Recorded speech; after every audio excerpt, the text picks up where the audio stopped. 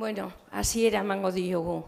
Arratsalde on guztioi eta mila esker gurekin egoteagaitik eragin ikastaro berriari hasiera emateko. Pues muchas gracias por acompañarnos en el curso nuevo que vamos a inaugurar de Eragin.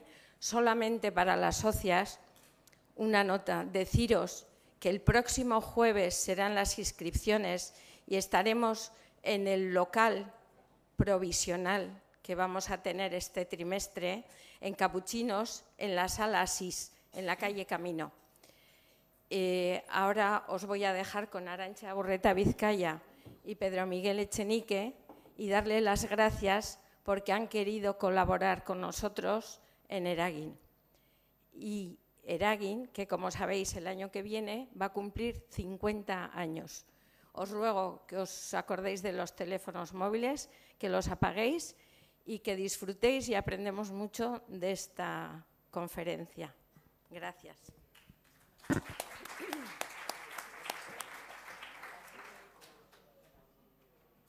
Arratsaldeon.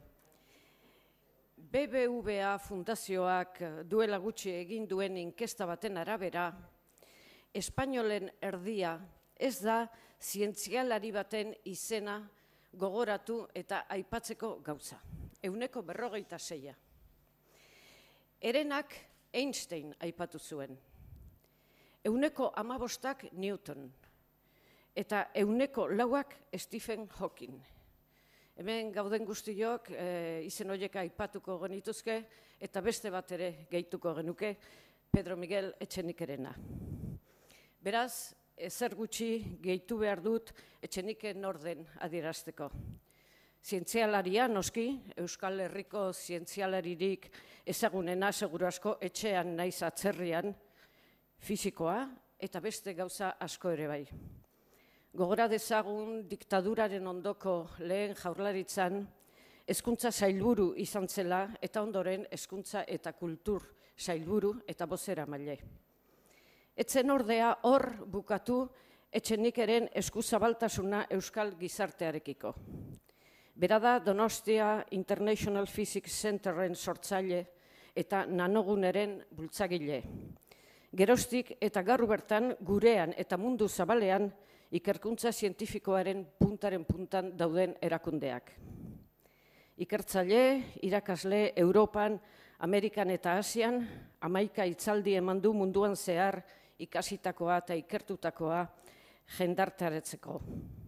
Bere web horrian, ia 30 sari handi ikusi ditut. Danak aipatuko banitu, denborari gabe utziko nuke Etxenike eta hori etzen idate barkatuko. Esan dezadan beraz, gure zientzialaririk ezagunena izateaz gain sarituena ere badela. Eta ohar garrantzitsu bat bukatzeko. Zerbait ikasten dugun bakoitzean, gure burmuina aldatu egiten da, fisikoki aldatu ere. Beraz, jakin ezazue, zuen neuronen arteko loturak aldatu egingo dirala Etxenike entzuterakoan. Hemen dagoen norbaitek ez badu bere burmuina aldatu nahi, iruditzen bazaio badakiela ikasi bertzuen guztia, edo sarritan esaten badu ez dela gazte garaitik ona aldatu, bada halako horrek hobe luke orain areto honetatik alde egin edo belarriak estali. Zeren Etxenik entzun da gero, gure burmuina ez baita lehengo bera izango. Buenas tardes. Según una encuesta que realizó la Fundación BBVA, el 46% de los españoles no era capaz de nombrar a ningún científico. Un tercio nombraron a Einstein, un 15% a Newton y un 4% a Stephen Hawking. Todos los que estamos aquí, aparte de todos esos nombres, hubiéramos dicho también el de Pedro Miguel Echenique. O sea, que hay que añadir poco para explicar quién es Pedro Miguel. Desde luego un científico, seguramente el científico más conocido en casa, pero también en el extranjero. Es físico y también muchas más cosas. Recordemos que en el primer gobierno vasco después de la dictadura fue primero consejero de Educación y después consejero de Educación y Cultura y portavoz. Pero con estas actividades no acabó la generosidad de Pedro Miguel Echenique para la sociedad vasca.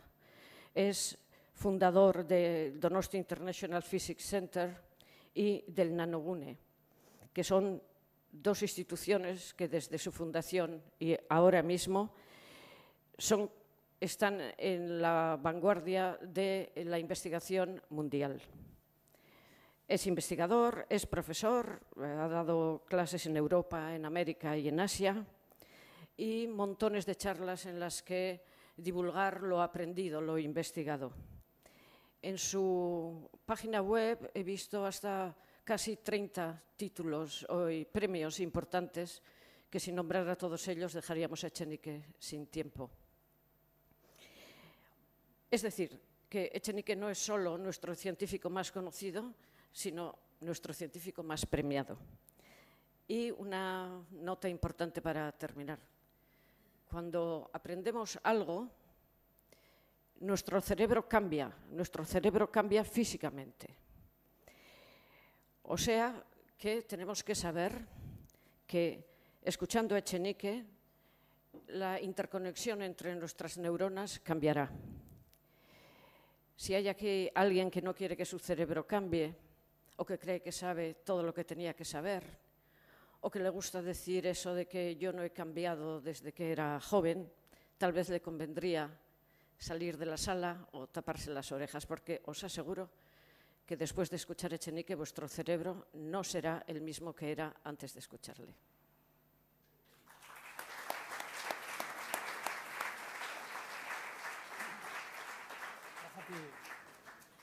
Me da la... Vale, ya está. Todos que están de pie.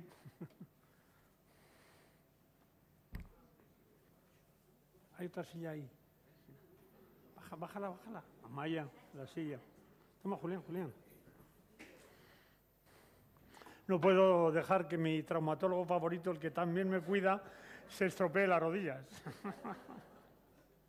Bueno, lehenengo hitzak eskerrak emateko izango dira, eskerrak eragin taldekoei gonbidapen honengatik. Eta behar bada eskerrak Arantzari, hitz aurre hau edo aurkezpen ederragatik. Aurkezpen hau nire aitari gustatuko zitzaion. Amak bizirik balego sinistu ere egingo zuen. Eta nik eskertzen dizut pizkat hiperbolika izan arren bihotzetik datorrelako. Nahiago nik Arantzak bezain ondo hitz egingo banu euskeraz emango nuke nire hitzaldia, baino oso irakasle onak izan ditut. Mikel Arregi, bere alaba nerekin egiten du lana, izan zen irakasle zoragarria, eta beste batzuek, nik euskara ikasi nuen Azpeitian, eta nik pentsatzen nuen oso ondo hitz egiten nuela, eta behin batean, orain dela urte asko, 30 urte, kanpainan, guk irabazi genituen elekzioak, baina kanpainan egon nintzen, ja edo zein tokitan mitinak ematen, eta euskaraz eman nuen, euskaraz eta erderaz eman nuen mitin bat Azpeitian, eta nik preparatu nuen mitina oso osorik, ja buruz nekizkien esaldi borobilak, eta bukatu nuenean, pensatu nuen, nire biziko hitzaldia eman dut, eta etorri zitzaidan, Pako Garmendiaren arreba, ni Pako Garmendian Azpeitian ikasi nuen, etxean Azpeitian ikasi nuen euskera, eta Kontxitak esan zidan, ze ondo, ze derki mintzatu zera, ze ondo hitz egin du, eta ni arrotzen hasi nintzenean jarraitu zuen esatez, pero cuando has pasado al castellano ha sido como cambiar del 600 al Mercedes. Entonces voy a hacer la charla en castellano, donde me encuentro bastante más cómodo. Les decía que la hermosa presentación que ha hecho Arantxa Urretavizcaya a mi padre le hubiese gustado, mi madre la hubiese creído, y yo agradezco porque, aun siendo excesiva, muy excesiva, viene del corazón, ¿no? Les voy a dar una charla sencilla, pero no trivial, sobre la importancia de la investigación básica, fundamentalmente, para la economía y para la cultura de un país, que es lo que entendí que se me pedía. Al hacerlo, alguien puede pensar, bueno, este ya está barriendo para casa, porque mi casa es el DIPC, el Donostia International Physics Center, la Universidad del País Vasco, a la que me honro en pertenecer, y también Nanogune, y el CFM, el Centro de Física de Materiales, que también contribuí a crear en colaboración con la Universidad, un centro de colaboración de la Universidad del País Vasco con el CSIC, ¿no? Pero no es así, y para eso utilizaré las palabras de Koldo Michelena. Yo no aparezco aquí para hablar de mi casa, ni a favor de mi casa. Quiero hablar a favor de la casa común, la casa de todos, porque la ciencia y la tecnología son esenciales para el desarrollo de un país. Pensando en cómo empezar la charla, recordaba un discurso que leí hace algún tiempo de Rowald, el primer presidente de la Sociedad Americana de Física, en la que Rowald se preguntaba con dolor por qué el médico, cuando viene a mi casa, solo me puede decir que mi hija va a morir, que mi mujer va a morir. ¿Por qué? Este discurso es especialmente conmovedor, porque él mismo murió de diabetes 18 meses después. El remedio de la insulina se descubrió 20 años después. Y él mismo, Rowald, se da la respuesta. La respuesta es la ignorancia. El remedio nos es desconocido. Y siendo un gran físico, se pregunta a sí mismo, pero el cuerpo humano no solo puede ser los problemas del cuerpo humano no solo encontrarán respuesta en la medicina, también hay procesos físico-químicos, neurológicos, hay bioquímica, es un problema conjunto. Y él dice, al final de este discurso, dice, ¿puede alguien como yo, al final del siglo XX, este discurso lo hace el año 1899, ¿puede alguien esperar a que un padre como yo no tenga este sufrimiento cuando se encuentre al final del siglo XX? Y exactamente esto es lo que ha ocurrido. Es lo que ha ocurrido. Esto ha sido el triunfo de la ciencia y la tecnología. Antes de escribirles una anécdota del carácter de Rowald, que es una personalidad curiosa, en el Tribunal Supremo le preguntaron, oiga, ¿quién es el mejor físico de los Estados Unidos? A lo que él contestó, yo. Cuando volvió a la universidad, sus colegas estaban aterrados ante tamaña arrogancia. Y le preguntaron, ¿pero cómo has sido tan burro de decir eso? Y él contestó, es que estaba bajo juramento. El siglo XX es el triunfo de la ciencia y la tecnología y la aplicación de la ciencia y la tecnología a reducir la dependencia con el entorno natural, el idílico paisaje que a nosotros a veces nos pintan sin ciencia y la tecnología, obviamente no es el mismo para el que sufre un ciclón en Bangladesh que para el que disfruta de un atardecer en Urbasa. Es el triunfo de la ciencia y la tecnología y el reducir la dependencia con el entorno natural. Y ha cambiado nuestra forma de relacionarnos, de comunicarnos, la cultura. También ha cambiado la medicina. La química, la bioquímica, la física cuántica entraron en las drogas y los aparatos de medida han facilitado el diagnóstico y nos han hecho la vida menos dolorosa y mejor.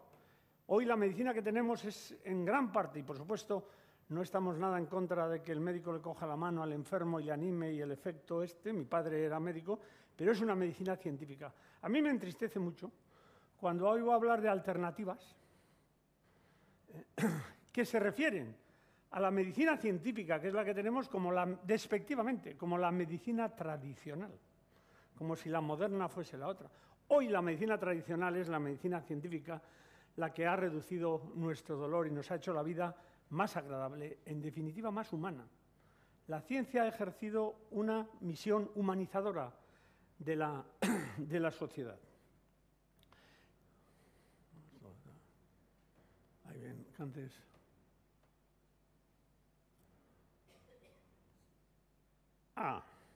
Esto empezó. ¿Cómo empezó todo esto? Esta gran revolución empezó hace 2500 años. 2500 años cuando los griegos abandonando el mito y utilizando la razón, se hacen preguntas racionales sobre de qué están hechas las cosas y cómo se gobiernan las interacciones entre las cosas. Hoy nos reímos de esas preguntas en algunos casos, pero traen por primera vez la racionalidad frente a la irracionalidad. Y además, el éxito de estas preguntas afianzó nuestra credibilidad en la racionalidad del universo, en la comprensibilidad del universo. Ayer, yo suelo jugar todos los fines de semana al frontón con el doctor Corcuera, que es mi pareja, y otros a los que habitualmente ganamos. Ayer perdimos casi todo, pero le ganamos a uno de nuestros competidores, que es no sé si es arquitecto, diseñador o filósofo. Y cuando volvimos a nuestro sitio de reunión, que es nuestro taller filosófico, que es donde tomamos el chacolí, me citó a Xenófones. Xenófones me dijo, este es el arquitecto original, es de Xenófones, y este es nuestra facultad de filosofía, que conocerán. Y decía, los griegos, Xenófones decía que los griegos, los dioses, no nos revelaron el universo de una forma inmediata, sino que nos dieron la posibilidad de ir entendiéndolo cada vez más a costa de investigar y preguntar. Y así ha avanzado la ciencia, porque el triunfo de la ciencia moderna es el fruto de una combinación exitosa de dos realidades. Por un lado, la realidad física, testeable y testeada por el experimento, el Epur se mueve de Galileo, y por otro, la realidad abstracta de conceptos y de imágenes que surge de la búsqueda de coherencia interna que aportan las matemáticas. Y en esto, como en tantas cosas, la ciencia moderna es griega, con Arquímedes como pioneros. Pero además, este mensaje es exactamente lo que pasa, porque la ciencia se fundamenta en lo que Xenófanes dice de los dioses. La ciencia se fundamenta en una fe, o si quieren, en un optimismo. El optimismo jónico, dice Holton en referencia a Tales de Mileto, el creer que este mundo, el universo, es comprensible. De que si trabajamos, nos preguntamos, volvemos a preguntar, refinamos las preguntas y trabajamos duramente, llegaremos a entender y a comprender. Y que nuestra ignorancia irá desapareciendo, aunque surjan otras nuevas ignorancias. Esta fe es, como he dicho, una fe, o este optimismo es una fe, porque no hay ninguna prueba científica de que el mundo tenga que ser comprensible. Podía no serlo, ¿por qué no? No es nada natural que el mundo sea reducible a leyes naturales y que haya leyes naturales. Y es muy maravilloso que encima sea reducible a algoritmos matemáticos. Este es el gran milagro de la ciencia moderna y la gran metafísica de nuestro tiempo, y es lo que ayer discutíamos en la segunda botella de chacolí. En la tercera no creo que sea procedente decirles de qué hablamos, en Igueldo. Le prometí además que le iba a citar hoy, y seguramente me estará escuchando en el patio, porque no tiene la costumbre de llegar a tiempo. Entonces, pero la ciencia es cultura. Hoy me voy a referir al aspecto utilitario de la ciencia. Pero la ciencia es mucho más que sus aplicaciones prácticas.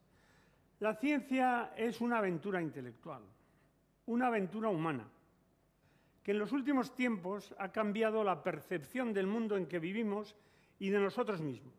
En mi opinión, sin despreciar otras contribuciones, el edificio conceptual de la ciencia moderna es la obra colectiva cultural más importante de la humanidad. Es la obra de arte colectiva más importante de la humanidad. Aquí tienen este cuadro, esto creo que es Parménides, y esta es la matemática esta de la película Ágora, que habrán visto, y Hipatia. Hay un diálogo muy bonito que diferencia la ciencia de la religión, en la que ella le dice al sacerdote: tú no puedes dudar, yo debo dudar. Se refleja dos actitudes y la ciencia es parte esencial de la cultura moderna. Hemos aprendido, por ejemplo, que el tiempo y el espacio surgieron en una gran explosión hace 13.700, más o menos, 13.700 millones de años, que el mundo es fruto el universo es fruto de una evolución a partir de una gran expansión en que al enfriarse van surgiendo niveles cada vez más complejos, primero los núcleos, luego los átomos, luego surgen las moléculas, luego unas moléculas muy especiales que son capaces de producir duplicados y algunas incluso de transmitir la información, la vida, y esto ocurre hace 13.700 millones de años. Billón, cuando utilice billón en las transparencias es 1.000 millones. A veces ya les avisaré, si utilizo el billón español, es 1 millón de millones.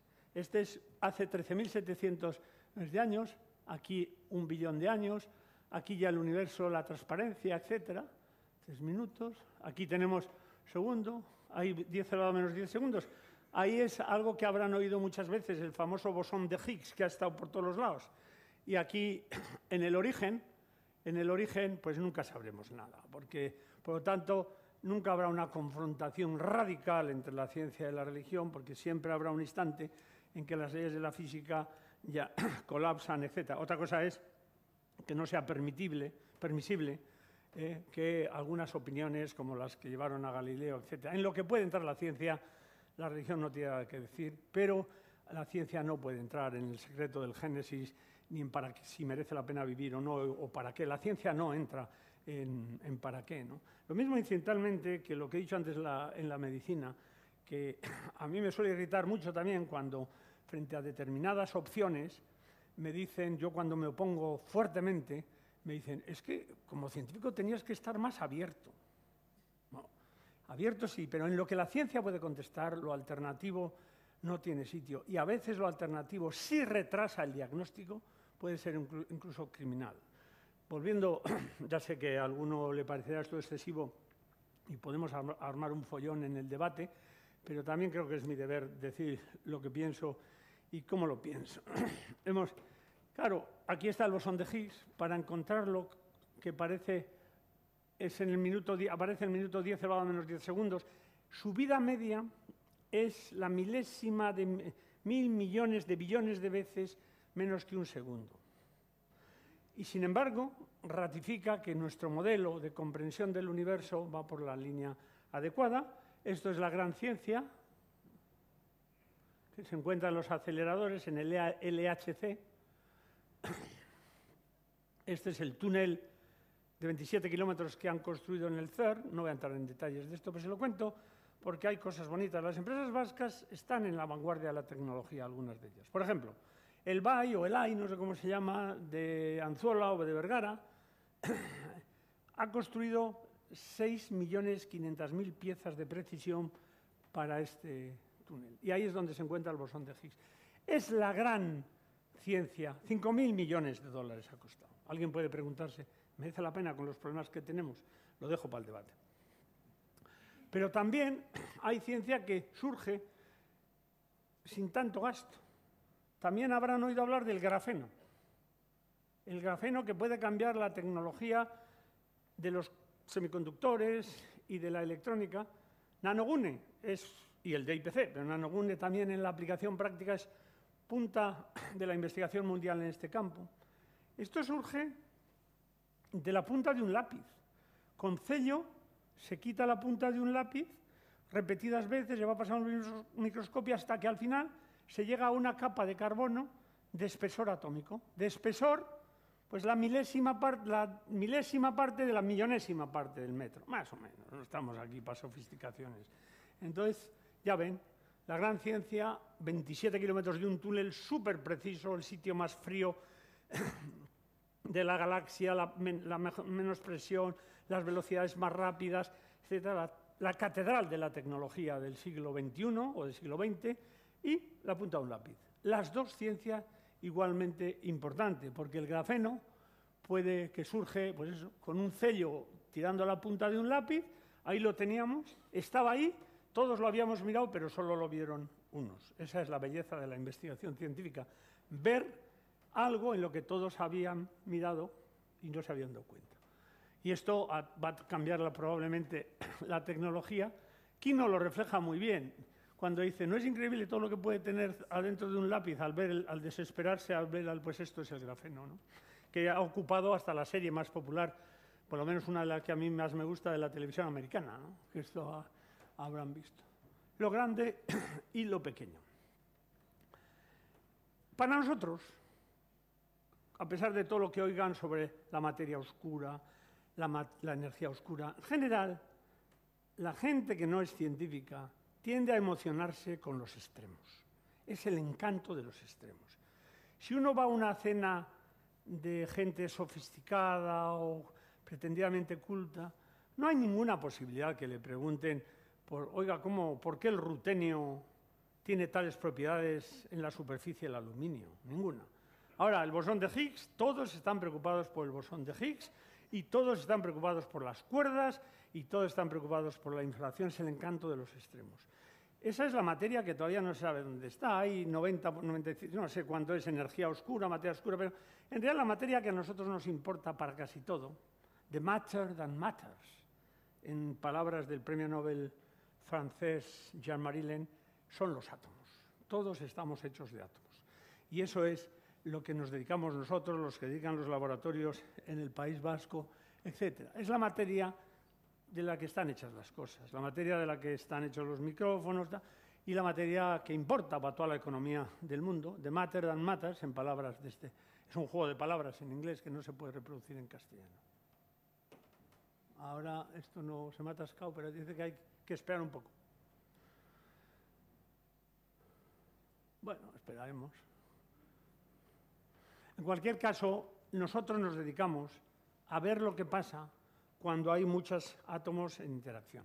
Porque antes le decía que la ciencia es cultura. Hemos aprendido que el tiempo y el espacio surgieron en una gran explosión hace 13.700 millones de años. Pero también se ha aprendido que vivimos en los arrabales en un planeta normalucho, no tan normalucho, en un planeta situado en los arrabales de una galaxia, como la que hay cientos de miles de millones. Aún así, la luz tarda un segundo en ir a la Luna, 8 minutos en ir al Sol, y tardaría 100.000 años en cruzar nuestra galaxia, como la que hay cientos de miles de millones. O sea que aquello que nos enseñaban en el colegio, que no somos nada, en el miércoles de ceniza, somos polvo y en polvo nos convertimos, es literalmente cierto según la ciencia física, porque es sobrecogedor saber que somos polvos de estrella. Y en polvo de estrella nos vamos a convertir en un proceso cíclico inevitable. Todo eso lo hemos aprendido, y hemos aprendido que los continentes se mueven, y sobre todo hemos aprendido que las cosas están hechas de átomos, y que cuando los átomos interaccionan, dan lugar a propiedades muy diferentes según interaccionen y se agrupen de una forma u otra. Es decir, hemos aprendido que el todo es mucho más que la suma de las partes. Y por eso, si yo tuviese que resumir la ciencia del siglo XX en 2 palabras, elegiría átomo y gen, materia y vida. Por átomo, quiero decir que en este siglo hemos aprendido por qué la materia es como es. Hemos aprendido por qué los átomos son estables. Son estables por un principio de indeterminación, no el de Heisenberg, otro un poco más complicado, que impide que el electrón colapse. El átomo es una estructura muy vacía. Si ustedes miran la distancia, si un átomo tiene de longitud 1 en cualquier unidad, la masa se concentra en 100 veces la milésima de ese 1.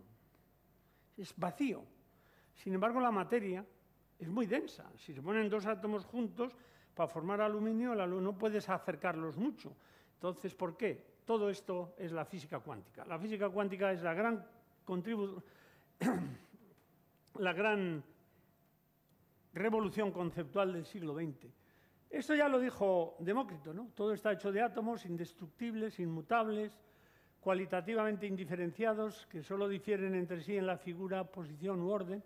Solo la razón puede llegar a los átomos, nunca los sentidos. Bueno, esto ya no es así. Hoy los sentidos tecnológicos, en Nanogune, nosotros podemos usar los átomos y escribir, siguiendo las reglas de la física cuántica, esto no lo tengo en el IPC, podríamos escribir Donostia International Physics Center con átomos individuales de plata y oro sobre una superficie de cobre. Y además podemos manipularlos para construir dispositivos con la ingeniería atómica, que junto con la ingeniería génica puede ser uno de los cambios del siglo XX, del siglo XXI. Ah, bueno, sí, ahí está. Pero como no funcionan los vídeos, hemos tenido problemas. Ahí, si el vídeo funcionase, hagan un esfuerzo de imaginación, porque la imaginación es más importante que el conocimiento. Piensen ustedes estos puntos ordenándose y escribiendo, cierren los ojos, D-I-P-C. ¿A que lo ven? Bueno, pues eso lo tenemos. El día que funcionen los vídeos, pues lo haremos. La verdad es que normalmente no se tienen que amargar los del Coldo Michelena porque no funcionen. A mí cantidad de cosas no me funcionan. Yo siempre suelo hacer la broma, que es una verdad, que lo vivo todos los días en casa, que ciencia es lo que un padre enseña a su hija y tecnología lo que la hija le enseña al padre.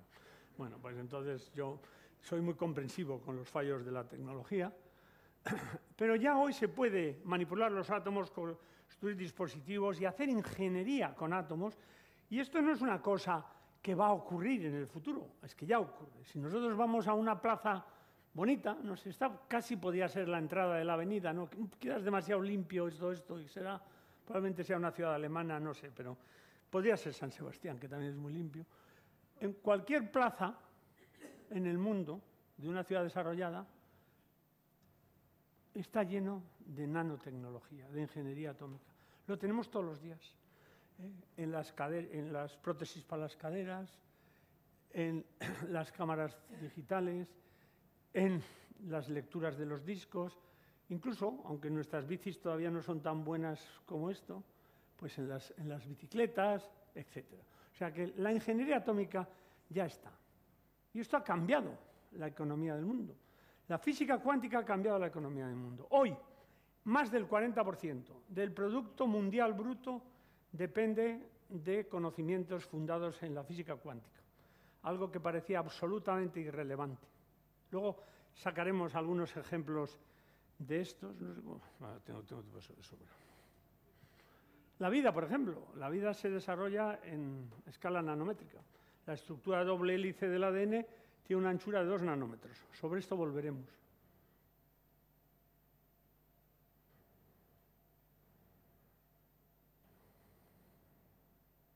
Ahora viene, espero. La otra, pero la física cuántica no solo es, como he dicho, una cosa conceptual, sino que ha cambiado la tecnología de nuestro siglo con los láseres, con la resonancia magnética de imagen, con la microelectrónica, ha cambiado el Producto Interior Bruto.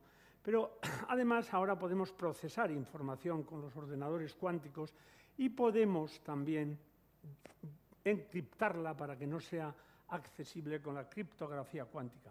Pero además de eso, como he dicho, es la gran revolución conceptual del siglo XX, porque la estructura, el enlace cuántico, el enlace químico que se fundamenta en las reglas de la física cuántica, está detrás de la estructura de doble hélice del ADN. El gen es la segunda palabra, la vida.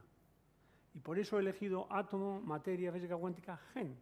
La difracción de rayos X y el enlace químico explicado por las reglas de la física cuántica es una aportación de la física a la biología. Los físicos no solo hemos aportado a la biología conocimientos e instrumentos, que también, sino además les hemos transmitido la necesidad de buscar explicaciones físicas radicales para el comportamiento celular. Y por eso elijo la palabra gen. Una modesta foto realizada por una mujer, Rosalind Franklin, injustamente tratada por ser mujer. Injustamente tratada por ser mujer. Es bastante ilustrativo y sería conveniente que muchos políticos, industriales, científicos, leyesen la biografía de Rosalind Franklin y el trato que se le dio por esta foto, que es la foto más importante científica del siglo XX, encierra en sí la explicación de que el gen, la estructura de doble hélice del ADN, que va implícito, tiene que ser de doble hélice, fue realizada por esta mujer. No es extraño que se les tratase tan mal.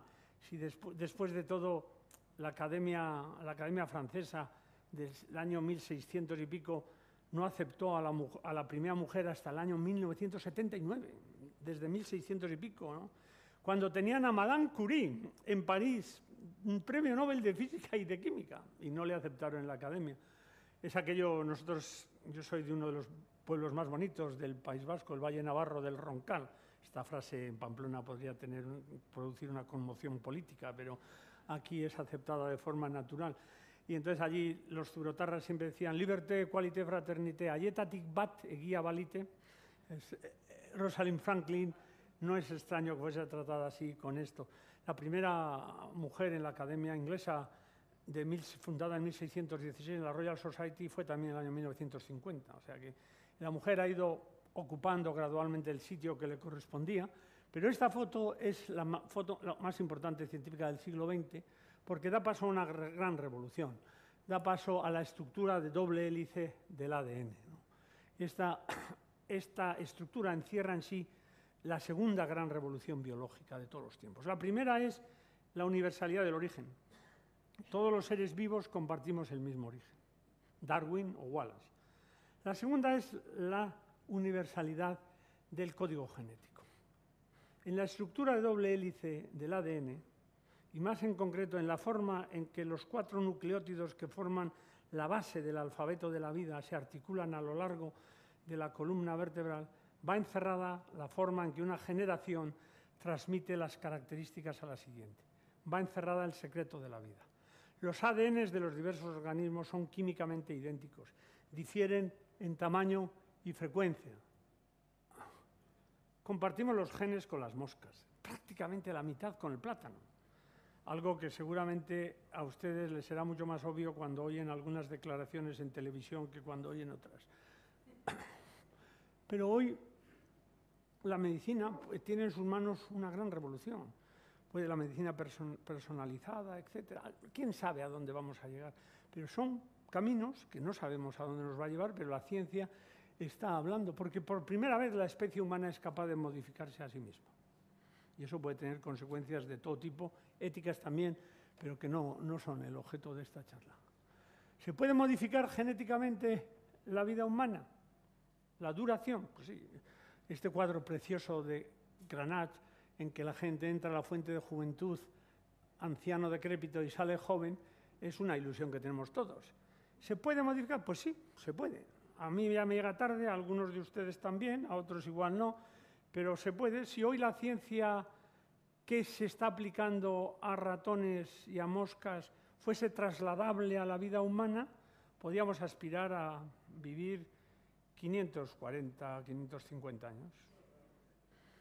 Para ello tendrían que hacer 3 cosas.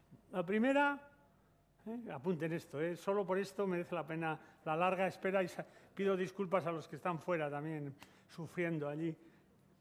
La primera es, siguiendo, insisto, las reglas publicadas ya y aceptadas por la comunidad internacional en la revista Science, es comer menos, hasta el punto de estar siempre muerto de hambre. La segunda es pasar mucho frío, siempre muerto de frío. Y la tercera no es la castidad, sino la eliminación de las gónadas sexuales. Y estas son las reglas si quieren vivir 540 años. Yo no les garantizo el éxito, pero sí que la vida se les iba a hacer más larga. Bueno, y antes de pasar a algunos otros temas, quisiera explicarles 2 características de la ciencia.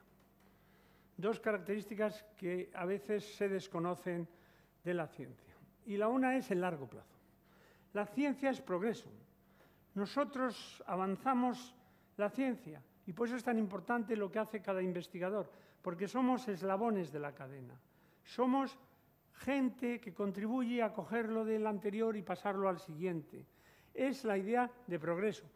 El arte no lo tiene en tan alto grado. Es un esfuerzo colectivo la ciencia. No creo que tuviésemos la Gioconda si Leonardo da Vinci no hubiese existido. Teníamos otra cosa, pero la estructura de doble hélice del ADN hubiese sido descubierta sin Watson y Crick. Es una obra colectiva. Nos apoyamos en las espaldas de los gigantes anteriores, que es una frase clásica de Newton. En realidad no es de Newton, es de un teólogo 200 años antes. Y Newton no la usó con propósitos nobles, sino con propósitos aviesos, para reírse de un pequeño como era Hooke. Pero en la gloria de la frase se la ha llevado Newton. ¿Y qué vamos a hacer? Es una gran frase. Las frases a veces trascienden a sus creadores. A mí me gusta más la de André Gide, ¿no?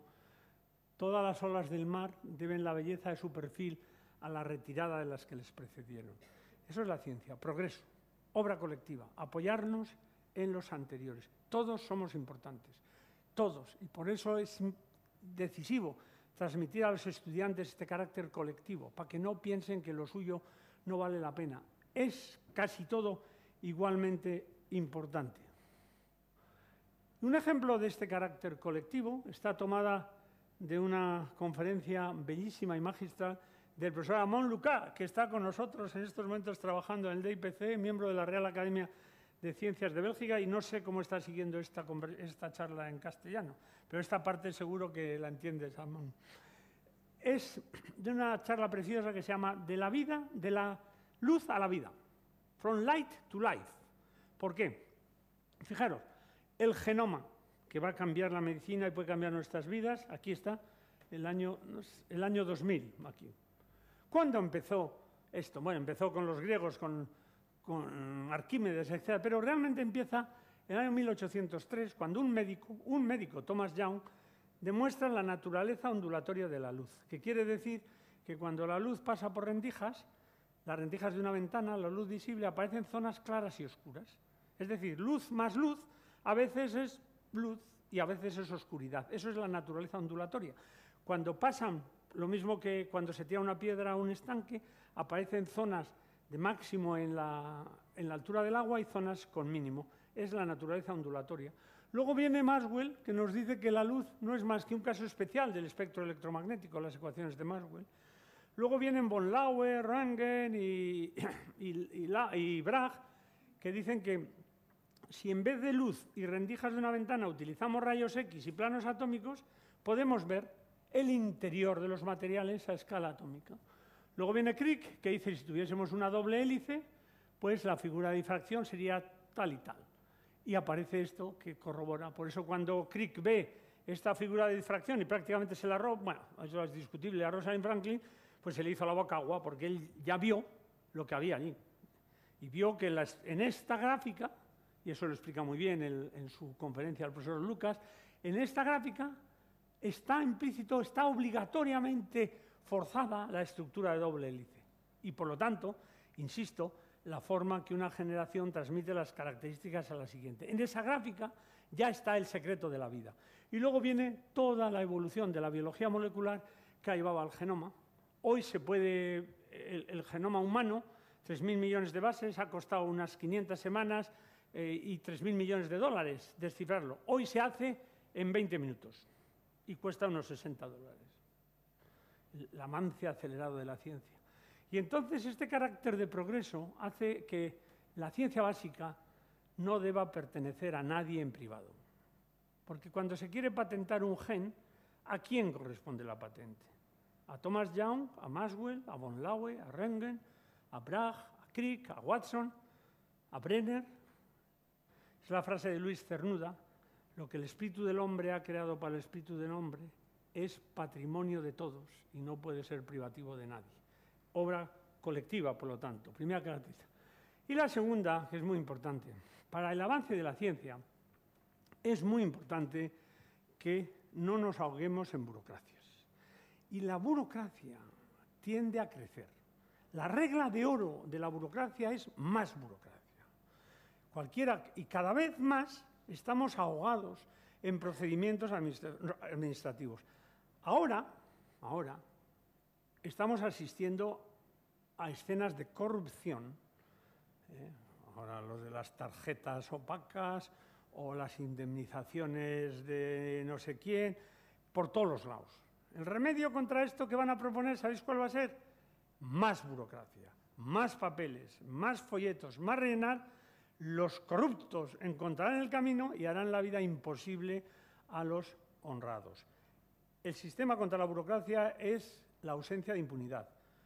Juzgar, castigar y a la cárcel a los corruptos y dejar trabajar a los honrados. Pero esto sí que podemos dar otra charla o que la dé otro, pero esta es la receta de Echenique, es aniquilar la burocracia, porque la burocracia, ahora, los políticos cuando llegan, tienen tendencia a fijar objetivos a la ciencia.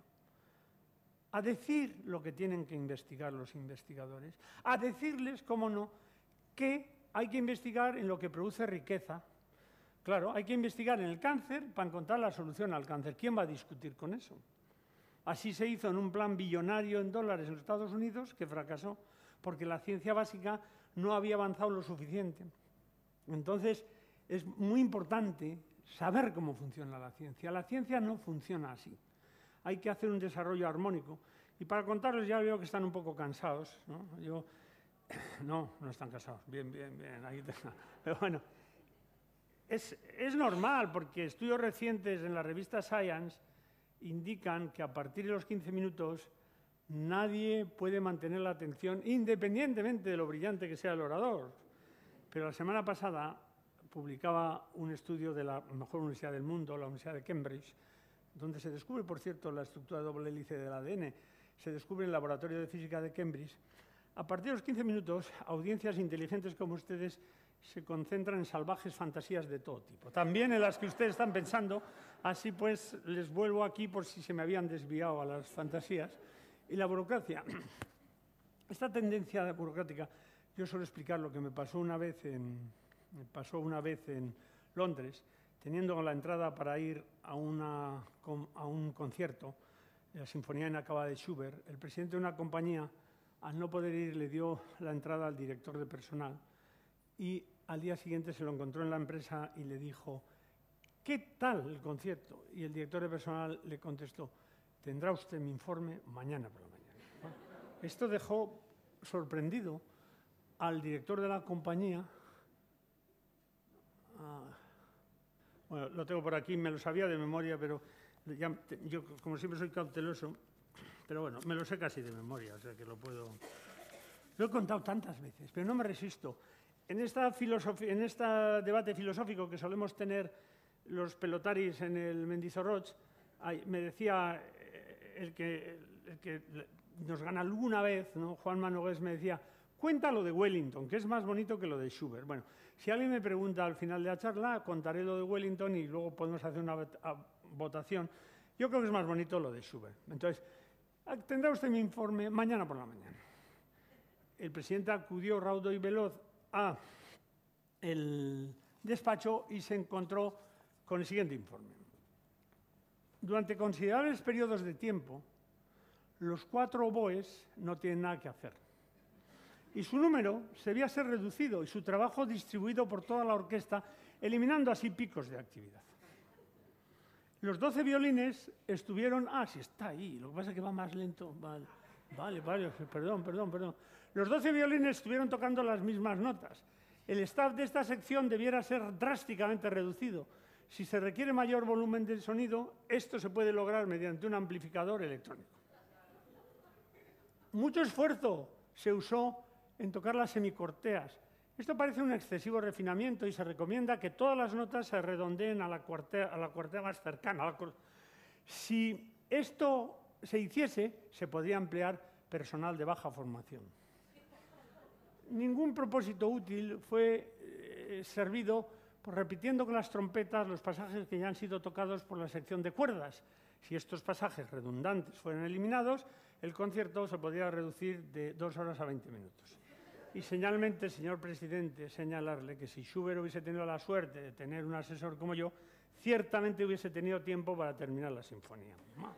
Claro, sí. Se ríen, pero luego les cuento el de Wellington y votamos. Pero realmente esto es lo que pasa, porque a veces, y hay que decir que si realmente respetamos la ciencia, hay que respetar la creatividad. La ciencia es por encima de todo creatividad. Por eso no puede ser enseñada como método o como receta. La ciencia es un proceso creativo, no es un conjunto congelado de dogmas. Es una aventura creativa y esto tiene que ser respetado. Lo que quiero decir es que más importante y sobre todo más rentable que fijar objetivos a la ciencia es crear instituciones donde reine la libertad, donde haya un espíritu de comunicación que transfiera todas las barreras y de ahí surjan cosas nuevas. Más importante y más rentable, insisto, que fijar objetivos a la ciencia es crear una atmósfera donde la creatividad pueda florecer. Esto es lo que se ha intentado en el DIPC y se ha intentado en Nanoune, y yo creo que con éxito, si se me permite la arrogancia. Es la sublime utilidad de la ciencia inútil. Y es lo que ha cambiado el mundo. ¿A dónde hubiesen llevado los estudios detallados acerca de la vela? No sé. Pero ciertamente no a la electricidad. La electricidad es el cambio tecnológico más importante del siglo pasado. Así fue votada por la Academia Americana de las Ciencias y así lo decían dos ancianos de Mallorca. Bueno, se me permita, cada vez me parecen más jóvenes, pero estos tenían 95 y 93 años y cuando les preguntaron qué es lo que más les había cambiado la vida, la electricidad. Imagínense lo que sería el mundo hoy sin electricidad, ¿no? ¿A dónde hubiese llevado? Ciertamente no a la electricidad. Aplicaciones siempre se basan en long-term. En 1928, Dirac escribe la ecuación relativista del electrón. No les importe lo que es, una ecuación. Ahí lo tienen, Dirac, premio Nobel a los 32 años, ingeniero electrónico, no tenía trabajo y fue a Cambridge a hacer el doctorado porque no encontraba trabajo. Y a los 4 o 5 años ya era premio Nobel, o sea que esto también es un mensaje de optimismo, aunque no creo que solucionásemos el problema con esto. El positrón, esa ecuación predice que tiene que haber soluciones para la antipartícula del electrón, el positrón, que se encuentra en 1932. El año 1932 es un annus mirabilis para la física, lo mismo que el año 1905, con Einstein y sus contribuciones. Se descubre el positrón, también se descubre el neutrón, etc. Hoy hay tomografía de positrones. ¿Quién hubiese pensado que en una ecuación en lo que se preocupa es por introducir la teoría de relatividad y superar la ecuación de Schrödinger iba a surgir el positrón? ¿Quién hubiese pensado? ¿Quién hubiese pensado cuando se preguntaba sobre el comportamiento del spin nuclear en un campo magnético y luego sobre cómo danzarían esos spines en una música de radiofrecuencia y luego cómo se codificarían estos aplicando los métodos de Fourier, etcétera? ¿Quién hubiese pensado que esto nos iba a permitir leer el cerebro o empezar a leer, hacer casi el GPS del cerebro? El premio Nobel de este año, de medicina, es el GPS del cerebro con hipocampo. El hipocampo, tuve la fortuna de saludarle hace tres semanas en Oslo, porque él recibía el premio Kavli de neurociencias y mi director de tesis recibía el de nanociencias. Un hombre que habló en la cena, sencillo, maravilloso. Al fin entendí un poco del hipocampo, tampoco mucho, pero y hoy verlo en la televisión me ha producido hasta emoción. Pues le conozco y qué bien habló. ¿Qué dijo en la cena? No piensen que la ciencia es método, rigor, que también. Es una aventura intelectual, una aventura humana. Lo dijo él mejor que yo, pero más o menos la misma idea que yo les he transmitido al principio. Esto no hubiese sido posible, ni siquiera con un programa billonario destinado a encontrarlo. Jamás, jamás. El proyecto Manhattan para la bomba atómica es lo opuesto, pero este es otro. Una vez que se sabe la ciencia básica, se puede avanzar. Por eso el proyecto Nixon para el cáncer no avanzó. Ahora el cáncer ha avanzado una vez que se han sentado las bases del conocimiento básico. Cuando llego al final me voy acelerando y empiezo a no terminar las frases. Y si lo hago, el que me dijo lo de Wellington me va a reñir en el Mendizorroch diciendo que no termino las frases, o sea que Arantxa, si no termino las frases, la resonancia magnética. El GPS que he dicho, el GPS del cerebro. El GPS de los aparatos normales, que todos nos sirve para tanto, se basa o necesita para su funcionamiento dos conceptos claves de la física einsteiniana. La teoría de la relatividad nos dice, la restringida, que si algo se mueve rápido, el tiempo va más lento. Y la teoría de la relatividad generalizada, que es muy distinta y mucho más espectacular en su contribución, y quizás, como algunos dicen, yo no entiendo suficiente, pero es la obra de arte más importante de la física, dice que el campo gravitacional también hace que los tiempos vayan de forma diferente. Los dos van en la dirección opuesta y si se cancelan los dos efectos, el hecho de que el satélite da vueltas a unos 27.000 kilómetros por hora, que no es poco, pero nada que ver con la luz, que va a 300.000 kilómetros por segundo. Por eso los efectos van en función del porcentaje de la velocidad de la luz al cuadrado, son muy pequeños. Y la gravitación el satélite está en un campo gravitacional más pequeño que el que está en la superficie de la Tierra por la distancia. Los dos efectos se compensan. ¿Cuánto es? Bueno, 37 microsegundos, 37 millonésimas de segundo al día. Alguien diría, ¿qué va a hacer usted con el tiempo que ahorra? Bueno, pues el GPS se equivocaría en 10 kilómetros si esas correcciones no estuviesen presentes en el reloj del satélite respecto al reloj de la Tierra. La sublime utilidad de la ciencia inútil. Ah, bueno, si esto estaba. Ahí va, este vídeo sí que va bueno. Pues ya está. Cáncer de mama. Durante años nosotros hemos trabajado en nuestro grupo en San Sebastián en cómo se comportan los electrones en agregados atómicos. El profesor Ayuela, que está aquí, que vino a trabajar con nosotros desde Helsinki, ya es permanente en nuestro centro, hace esos cálculos. ¿Cómo se comportan los electrones en agregados atómicos? Nosotros no sabíamos que estábamos haciendo nanotecnología, le llamábamos física de clúster, y estudiábamos qué pasaba con las oscilaciones de estos electrones colectivas que tenían una energía, lo mismo que un puente resuena. Un puente resuena, y si el puente ese de San Luis, que igual han visto, que empezó a oscilar, resonó con el aire y se destrozó, es lo que se llama resonancia. Si se ilumina con la frecuencia natural del medio, del puente, pues aquí igual nosotros estas oscilaciones de los electrones, pues han sido usadas, que nosotros jamás pensábamos, para meter una partícula de estas, de oro, con cobertura de óxido de silicio, iluminarlo con los infrarrojos que penetran el tejido, provocar la oscilación resonante de esos electrones como el puente y liberar el calor en dimensiones atómicas y fundir el tumor. Esto se ha probado con éxito por los grupos de Naomi Halas en Texas, en Austin, en ratones, lo cual no quiere decir que funcione en personas. Aquí, si se me permite el chiste, que no es grosero a estas alturas de modernidad, el tamaño sí que importa.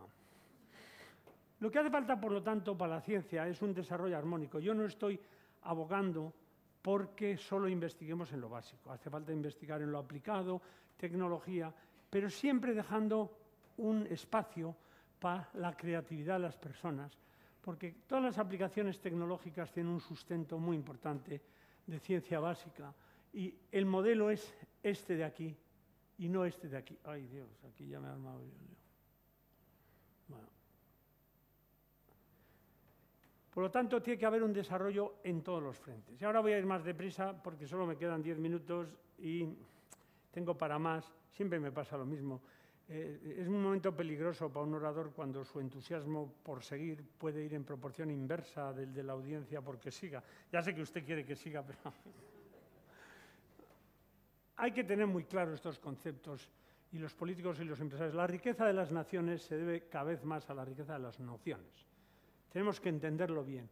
Hay una correlación clara entre el Producto Interior Bruto por habitante y el número de publicaciones en ciencia básica por millón de habitantes. Esto no puede ser una casualidad. Todos están aquí, aquí está. España no es para echar cantares, aquí está. Noruega está fuera de la línea, es más rico que lo que produce, tiene petróleo, ¿qué le vamos a hacer? Pero aún así produce bastante. Suiza y Suecia están aquí. Entonces, yo quería desarrollar, lo haré muy rápidamente, ¿por qué? Porque esto es, en general sí, pero ¿por qué un país pequeño como el País Vasco tiene que contribuir a la ciencia básica? En su medida. La primera razón es un deber moral. Si nos creemos que somos una nación, y yo me lo creo entusiastamente, tenemos que contribuir nuestra parte alícuota al conocimiento del mundo, ni más ni menos. Además, hay otras razones muy importantes utilitarias, pero hay un deber moral. Como nación, tenemos que contribuir nuestra parte alícuota. El que inventen ellos no es aceptable. Y se está haciendo. La Universidad del País Vasco ha cambiado drásticamente para bien. El año 1980, cuando empezó el primer gobierno vasco, no publicaba prácticamente nada. La inversión en ciencia era el 0,065% del PIB vasco, el 0,065%. En 30 años, gracias al autogobierno y una política correcta, con continuidad de todos los gobiernos, los nacionalistas y el socialista, se ha conseguido subir del 0,065 al 1,8, un factor de 25 veces. Y es labor de todos los lehendakaris, el lehendakari Garaikoetxea, el lehendakari Ardanza, el lehendakari Ibarretxe, el lehendakari López y ahora el lehendakari Urkullu. Y debemos apoyar como gobierno, independiente de las opciones, que el gobierno garantice la continuidad de estas políticas, porque la ciencia es una cuestión de la nación, no es una cuestión de ideologías de partido. Ikerbasque, que se ha empezado para atraer al talento de fuera, ha conseguido atraer a 150 investigadores de primera línea del mundo. Hoy a las 5 de la tarde, a las 4 de la tarde, me llamaban de los Estados Unidos, de la revista Physics Today, para preguntarme qué es lo que hace al País Vasco tan atractivo, por qué quiere venir la gente. Yo he dicho porque hay gente que cree en esta continuidad, quiere atraer el talento y quiere que el talento nos elija y crea condiciones en libertad. Por supuesto que tenemos muchos fallos, pero esta ha sido mi respuesta. Este es el programa Ikerbasque, las publicaciones están subiendo. Todavía somos la 7ª comunidad autónoma, no es para echar cantares, ¿eh? No somos, a veces nos creemos, no. Incluso en España tenemos mucho que aprender dentro del Estado español. Ha subido el porcentaje, en 2005 no quiero ni contar lo que era, pero ha subido un punto en 10 años. Esto es dificilísimo. Pocos países del mundo han conseguido esto. Segundo es, y esto voy a pasar muy rápidamente, un ataque a la investigación básica es que pasa un tiempo grande entre el descubrimiento y la aplicación. Eso era antes. Y aquí tenía, si uno mira, esto voy a toda velocidad, la electricidad desde la primera idea, desde la primera idea hasta la planta del Niágara, 76 años, desde la ley de Faraday. Claro, poca gente puede invertir, porque los políticos, lógicamente, están preocupados por la siguiente elección y para preocuparse por esto hay que estar preocupados por la siguiente generación. Pero la radio, desde las ecuaciones de Maxwell a la comunicación, 46 años. La energía nuclear, desde la ecuación de Einstein a las centrales nucleares, 69 años. Hay un tiempo demasiado grande. Esto ya no es así. Ahora es inmediato. Ya no se puede hablar de ciencia, tecnología, desarrollo, es prácticamente tecnociencia. Por lo tanto, esto no es una excusa. Tercero, apropiabilidad. Claro, la investigación básica, uno la publica, lo que he dicho antes de Luis Cernuda. Lo que es bueno, lo que es patrimonio de todos, lo que el espíritu del hombre ha creado para el espíritu del hombre es patrimonio de todos. Por lo tanto, el país que lo descubre lo hace público y lo pone a disposición de la comunidad científica. No se puede quedar para uno mismo. Pero, sin embargo, es muy claro que en los países y en los sitios donde hay un gran desarrollo científico básico, hay un gran desarrollo económico. Tenemos Silicon Valley, tenemos el Cambridge Park, tenemos la zona de Carolina del Norte, etc. Un ejemplo que os voy a contar. La historia, parafraseando a Dickens, o el cuento de dos ciudades, Corea del Sur y España. Parecido. Esto era España en 1950. Bueno, Cataluña. Ahora no vamos a entrar en esta discusión, pero esta es la foto que me pasó Cosío. Y esto era Corea. Corea se ha tomado mucho más en serio que España la ciencia y la tecnología. Pobreza en 1950. Esto es hoy Corea. Gasto en I+D, 3,2, 1,3. La Comunidad Autónoma Vasca, 2,08. La mejor universidad de Corea es Seúl, entre la 102 y la 150. La mejor universidad de España, la de Barcelona, más cerca de la 300. La UPV está aquí, no está mal porque llevamos solo 30 años, está muy bien. Los artículos, impacto, etc. La historia de dos ciudades. ¿A dónde hubiésemos llegado con una política más correcta? No lo sé. Predictive Power. Hay otra razón para hacer ciencia básica, y es que no sabemos lo que nos va a venir. No podemos anticipar el futuro y tenemos que tener preparado un arsenal de posibilidades para afrontarlo. El SIDA es un ejemplo. ¿Por qué se ha solucionado el SIDA? Porque había un arsenal de conocimiento que se ha podido usar de forma conjunta para solucionarlo. Y por eso no se solucionó el cáncer, como les he dicho. Pero nosotros no podemos saber lo que va a venir. Cada vez que alguien hace una predicción sobre el futuro se equivoca. Fíjese las grandes predicciones sobre el futuro. Máquinas voladoras más pesadas que el aire son imposibles. Lord Kelvin, que es uno de los grandes genios del milenio. Ya se conocen todas las leyes importantes de la física, 1894. Entre 1900 y 1905, la mecánica cuántica y la relatividad, que han cambiado la estructura conceptual de todo el conocimiento. El mariscal Foch, estos son más atrevidos. Los aviones son juguetes interesantes, pero sin valor militar. La bomba atómica del almirante Lehigh Truman. La bomba atómica nunca estallará. En 1945. El 6, creo, de agosto, 6 de agosto, estalló en Hiroshima. Y se lo digo como experto en explosivos. Thomas Watson. Quizás haya mercado en el mundo para 5 computadores. ¿Cuántos computadores hay en el mundo ahora? No sé, más de 1.000 millones seguro. En 1977, Olsen, no veo razón alguna por la que alguien pueda desear un ordenador en su casa. O Bill Gates, cualquiera que sepa, 640K siempre sean suficientes. Bueno, yo espero que el ordenador del Michelena subamos las Ks para la siguiente. Eso los americanos lo han entendido siempre muy bien. Y siempre han entendido que la básica es la clave. Y las empresas americanas son las que presionan para que haya investigación básica. Las empresas. Fíjese este mensaje tan bonito. Nuestro mensaje es simple. Nuestro sistema educativo, pueden leerlo, yo descanso un poco. Respetuosamente solicitamos que mantengan el apoyo a un vibrante programa de investigación universitaria con visión de futuro. Los grandes ejecutivos de las grandes compañías norteamericanas, DuPont, General Electric, IBM, etc. Al Estado. Investiguen.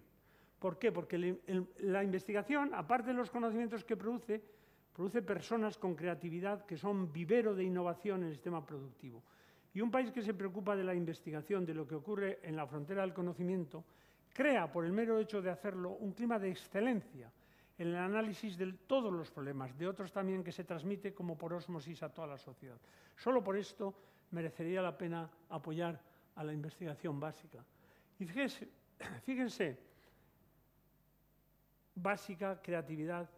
Max Perutz me lo contó, el descubridor de la hemoglobina.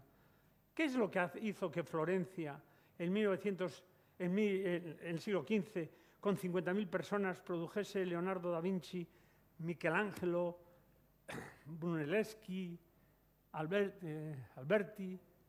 ¿Qué es lo que hizo? Desde luego no fueron grupos de cooperación sinérgica impulsados por consultores ni funcionarios diseñando planes estratégicos, ¿no? Fue el talento de las personas, que debe ser cuidado y protegido. Debe ser cuidado y protegido. Y esto es muy difícil hacerlo. Yo no sé cómo hacerlo, pero sí sé cómo no hay que hacerlo. Se logra con instituciones flexibles donde haya libertad y no se logra con rigideces burocráticas y montañas de papeleo inútil. Bueno, voy a acabar con esto.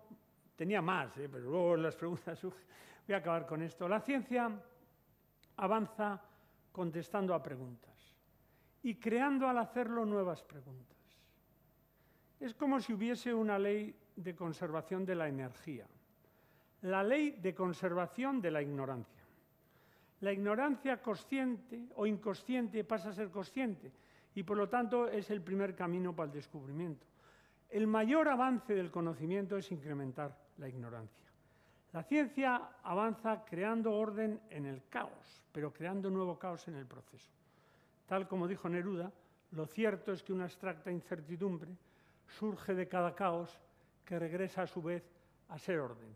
Y el mensaje de hoy, que no he podido desarrollar del todo, pero bastante, todo lo que quería, luego me reservo para las preguntas, es que la ciencia es culturalmente decisiva, económicamente importante y también estéticamente bella. Si a alguien le interesa, puedo contestar en las preguntas. También estéticamente bella. Y sobre todo, quédense con esta idea. Mucho más importante que el conocimiento de las cosas útiles, por importantes que estas sean, por importante que esto sea, es ser consciente y que las élites de un país, las políticas empresariales, lo sean y actúen en consecuencia, que lo verdaderamente útil es el conocimiento, el conocer. Eskerrik asko.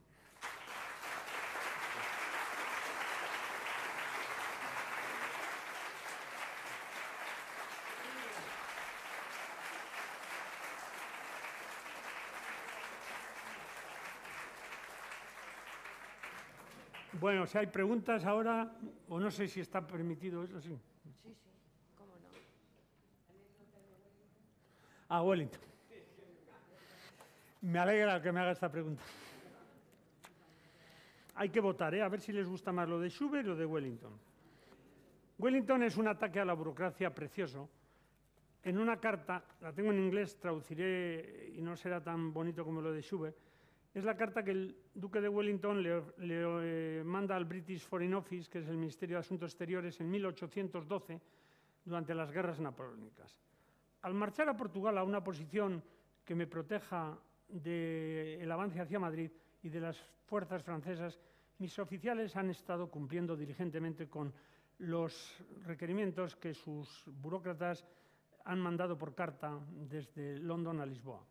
Hemos numerado nuestros asientos, nuestras bridas, las tiendas, los postes de la tienda y todos los asuntos de comida y de ropa por los cuales el Gobierno de Su Majestad me hace responsable. He informado sobre el carácter y todos los detalles del comportamiento de cada oficial. Todos han sido tenidos en cuenta, excepto con dos excepciones que no he podido cumplir, por lo cual suplico vuestra indulgencia. Desafortunadamente, la suma de un shilling y un penique no está bien cuadrada en uno de los batallones de infantería y ha habido una confusión tremenda sobre el número de potes de mermelada que uno puede dar a cada jinete durante una tormenta en España. Esta falta de cuidado absolutamente despreciable puede ser debida a la presión de las circunstancias, puesto que estamos en guerra con Francia, un hecho que quizás sea una sorpresa para ustedes, caballeros en el Ministerio. Y esto me trae al siguiente propósito, que es pedirles elucidación, que eluciden cuáles son mis instrucciones desde el Gobierno de Su Majestad, que yo pueda entender por qué estoy dirigiendo un ejército en estas llanuras de España. Yo adivino que quizás por fuerza tiene que ser una de las dos alternativas que les voy a proponer ahora. Yo puedo cumplir con cualquiera de las dos con lo mejor de mi habilidad, pero no puedo cumplir las dos.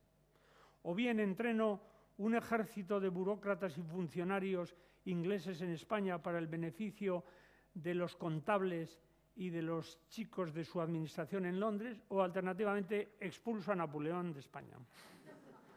¿Cuál les gusta más, este o de Schubert? ¿Schubert, Wellington? ¿Wellington más? Schubert. A ver, ¿quiénes están a favor de Schubert? Wellington. Bueno, hay bastantes, ¿eh? Y con lo rápido que lo he dicho, bueno. Pedro Miguel. Tengo tres preguntas muy sencillas. O creo yo que son sencillas. La primera, a ver cómo he apuntado aquí. Sí, esas aseveraciones que hemos visto aquí, reflejadas... Las predicciones. Las predicciones, que eran como absurdas, ¿no? El otro día leí en un periódico que un genetista va y suelta que nunca se va a poder clonar el ser humano. Me pareció muy atrevida. No sé qué opinión tienes. La segunda, más práctica. Si tuvieras, bueno, creo que tienes una hija joven. Dos. Maravillosa. Maravillosa, así como las mías. Yo también tengo dos. Bueno. Una de ellas tiene 15 años y siempre está pensando a ver qué va a estudiar. Mi pregunta es la siguiente. ¿Qué le dirías? ¿Biotecnología o biogenética? Y la tercera, muy sencilla. ¿Nos veremos en la Beovia? Esto me recuerda, empiezo por la tercera, esto me recuerda que no he mandado las fotos, me han entrevistado sobre la Beovia y cuál es la anécdota más gozosa o dura que tengo de la Beovia, y me han pedido las fotos y no les he mandado, o sea que por favor que alguien me recuerde, Peralta, me recuerdas, cuento la anécdota. Cuando iba medio muerto de agotamiento por contadores, varias bellas damas me animaron diciendo: para, Echenique, Echenique, que te perdimos. Fíjate cómo iríamos, ¿no? La primera, La primera, predicciones. Hay muchas, ¿no? Hay muchas. A veces ahora asombra cómo se puede hacer estas predicciones. Pero claro, hay otras. Tenía, por ejemplo, una muy bonita de Marañón, ¿no? Que en el año 2000, Marañón dijo en el año 1930, que le preguntaban cómo será el año 2000, creo. No se morirá nadie por enfermedades infecciosas. Esto es bastante acertado, ¿no? Bueno, por lo menos aquí, en San Sebastián. Y añadió, el cáncer será una enfermedad histórica. Entonces, Romanones dijo que siendo monárquico, reconoce que en el año 2000 no quedará ni recuerdo de las monarquías. Bueno, entonces, las predicciones... No es lo mismo las que están aquí que la del clonar, ¿no? Yo no sé suficiente biología molecular, por tanto, pero yo tendería a estar de acuerdo con el que ha dicho que la clonación, entendido por la clonación humana, depende cómo se entienda, no sea posible, pero quién sabe. Yo en esto prefiero seguir al gran físico danés Niels Bohr, que dijo no hay que hacer predicciones, sobre todo sobre el futuro. O si no, con Groucho Marx, que el futuro ya no es lo que era. Y entonces, ¿qué va a estudiar? Esta pregunta me hacen a mí, me vienen muchos, pues yo soy muy cauteloso al aconsejar a la gente. Yo creo con Einstein que el amor es mejor consejero que el sentido del deber o el futuro. Y si tiene una vocación bien definida, que elijan lo que más le guste. Ahora bien, esta pregunta, hemos tenido una reunión con el Premio Príncipe de Asturias, Ignacio Cirac, y el Premio Nobel Cohen Tanucci en estos encuentros que el Donostia International Physics Center hace con los estudiantes de bachillerato. Y entonces en el café una chica me vino y me dijo, es que a mí lo que me gusta son los agujeros negros y es que me muero de gusto y qué hermosura. Hombre, también me gusta la bioquímica. Hombre, y yo lo que le aconsejé es que no decida prematuramente. Yo lo que soy contrario a especializaciones prematuras, cuando no saben lo suficiente. Y en esto, en física, es tremendamente peligroso por el encanto de los extremos, ¿no? ¿Cómo se va a enamorar a alguien de dónde está el rutenio en una superficie de cobre? Teniendo la ecuación del todo, los agujeros negros, el Big Bang, la ecuación del universo a disposición. Pues hay que tener mucho cuidado, ¿no? Entonces, cuanto más tarde, mejor la decisión. Y siguiendo con la anécdota de la chica, le decía, pues yo creo que hay tanta belleza en la bioquímica como hay en esta astrofísica, así. Bueno, me gusta mucho, y al final concluyó con algo con lo que yo concluí los encuentros, luego citándole, sí, esto de la bioquímica me gusta mucho, pero es que la astronomía es tan chachi, pues la ciencia es chachi, y entonces que elija cada uno lo que le sea chachi.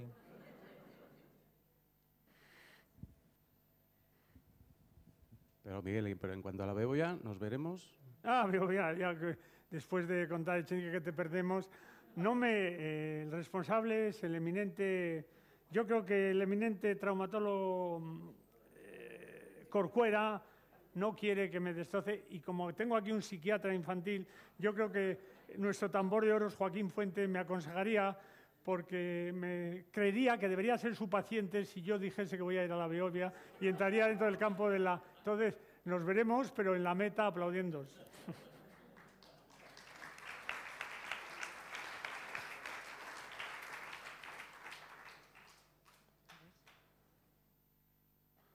Oye, los que tengáis que iros, yo no me sentiré ofendido, ¿eh? Porque... Veo que a mi mujer la han dejado entrar.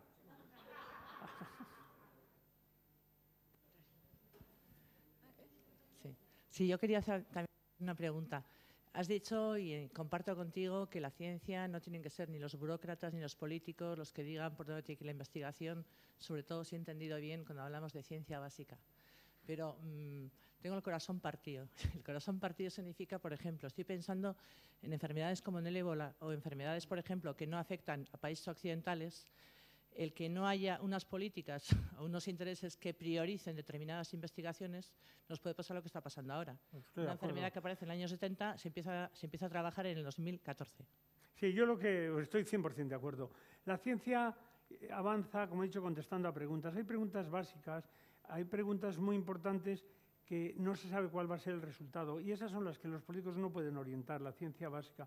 Pero por supuesto que ni siquiera la mayor parte de la investigación tiene que ser básica. Yo diría 1 básica, 4 o 5 aplicada y 4 desarrollo. Y claro que tiene que haber investigación dirigida a objetivos. La ciencia está al servicio del hombre y no el hombre al servicio de la ciencia.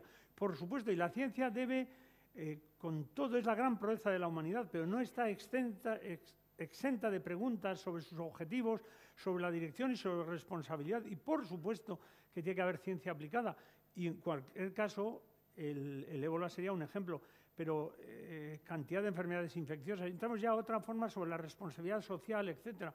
Y hace falta ciencia con conciencia. ¿Dónde es lo que iba a citar de Eliot? ¿Dónde está, ¿dónde está la sabiduría que podemos perder en el conocimiento? ¿Dónde está el conocimiento que podemos perder en la información? Añadiríamos dónde está la información que perdemos en la Internet. Pero el asunto de la sabiduría, la ciencia, no es un reino autónomo al que todo le está justificado en función de sus logros y debe preocuparse de los retos de la sociedad, lo más importante. Y si no lo hace, está abocada al fracaso. Lo que yo digo es que tiene que haber un espacio para la imaginación, que la legítima preocupación de los poderes públicos y de los administradores para fijar objetivos a la ciencia e investigación dirigida tiene que ser compatible, para dejar un espacio mínimo a la creatividad y a despertar la curiosidad y dejar volar la imaginación, nada más, nada más. No podemos, y incluso en esto con cautela.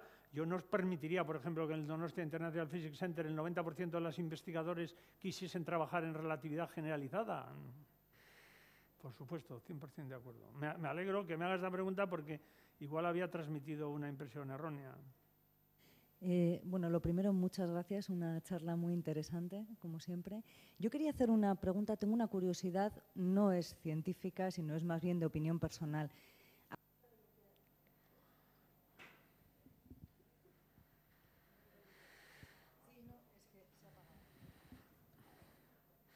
Bueno, dilo, yo te oigo y te la traduzco. ¿Sí? Vale. A cuenta de lo que ha dicho, que el país tiene la responsabilidad de avanzar la ciencia, etcétera, ¿cree que la educación a las nuevas generaciones sigue ese objetivo de fomentarles el interés por la ciencia, etcétera? Porque yo conozco algunas personas que han trabajado en el y la mayoría son extranjeros, entonces que haya trabajado o trabaje en el Nanogune. Entonces yo sé, no, hombre, seguro que hay, no tengo ninguna duda. Pero siempre me ha llamado mucho la atención que siempre es gente, pues como lo que comentaba, de colaboradores de fuera, gente muy válida, pero como que aquí igual no se le fomenta ese interés a la gente. Bueno, yo creo que el sistema educativo vasco es bueno, en términos relativos, yo creo que sí. Los gobiernos, ha habido continuidad en las políticas. Y es verdad que la educación siempre se puede decir lo que falta. La educación es como un agujero en que siempre se puede pedir más y más. Y entonces hay que tener mucho cuidado con eso porque la educación no puede convertirse, ni la democracia, en el reino de los eternos descontentos. Y si algo no funciona es la educación. Pero yo creo que, bueno, yo lo que detecto en los alumnos, la educación al hacerse tan generalizada hay de todo. Hay de todo, y es bueno que sea generalizada. Yo soy muy contrario a que se discrimine a la gente muy, muy joven, porque hay gente que crece de forma diferente. Y hay cerebros, lo he aprendido yo del doctor Fuente, cuyo desarrollo va a llegar más tarde, y lo estoy viendo, etc. Entonces hay que tener mucho cuidado. Ahora, dicho esto, yo creo que hay bastantes vocaciones científicas. Lo que pasa es que la competencia o la competición, no sé cómo hay que decirlo, por la cima del talento creativo, exige abrir las puertas. La ciencia es internacional. Y lo mismo que debemos, y al ser creatividad, no puede aprenderse como método o recetas, como he dicho. Solo se aprende a hacer ciencia haciéndola junto a los que la hacen bien. Y por eso, o vamos donde están ellos, y hay que sacar a nuestra gente fuera y luego crear las condiciones para que vuelvan, o les pedimos que vengan con nosotros. Y esas son las dos políticas que hay que seguir. Endacari Ibarretxe dijo en la campaña algo que yo creo que se ha seguido y que el gobierno López ha seguido y el gobierno Urkullu está siguiendo.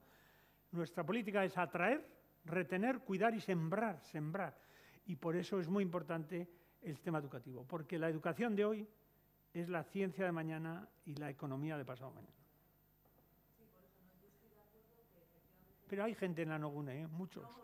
Y además Nanogune, el euskera es lengua habitual. No solo hay gente, sino que se habla en castellano, se habla en inglés y se habla en euskera habitualmente. Sí. No, ya lo sé, ¿eh? Lo que pasa que efectivamente yo creo que en el colegio no se puede forzar, porque todavía son muy pequeños, y yo estoy muy de acuerdo con lo de que hay que jugar con las cosas, incluyendo la ciencia, para llegar a conclusiones interesantes.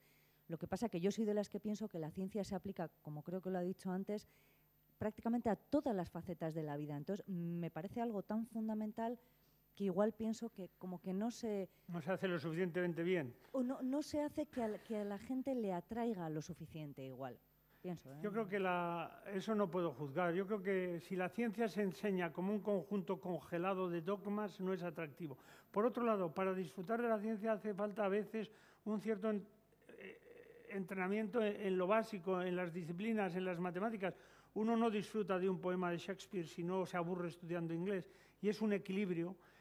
La solución a eso, el DIPC se siente especialmente comprometido en comunicar esta belleza de la ciencia a los estudiantes de bachillerato, y hacemos las reuniones que acabamos de tener esta semana con gente, con premios Nobel, etcétera, para que durante toda una mañana ellos aprendan que para ellos la ciencia es una aventura humana, un placer, y que han disfrutado y no un rollo.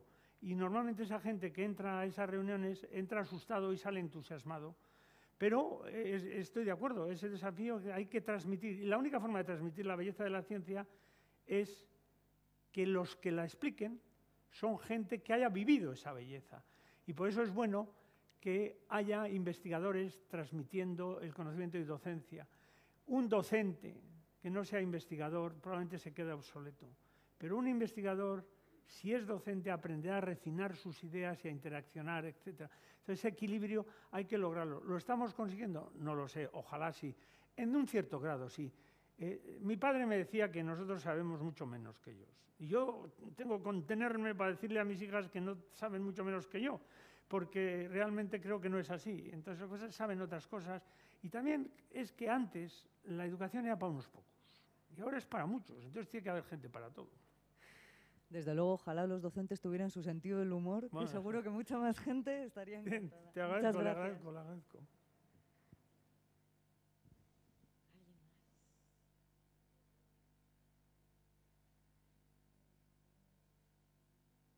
Nada. Se acaban las preguntas aquí. Pues nada más. Muchas gracias.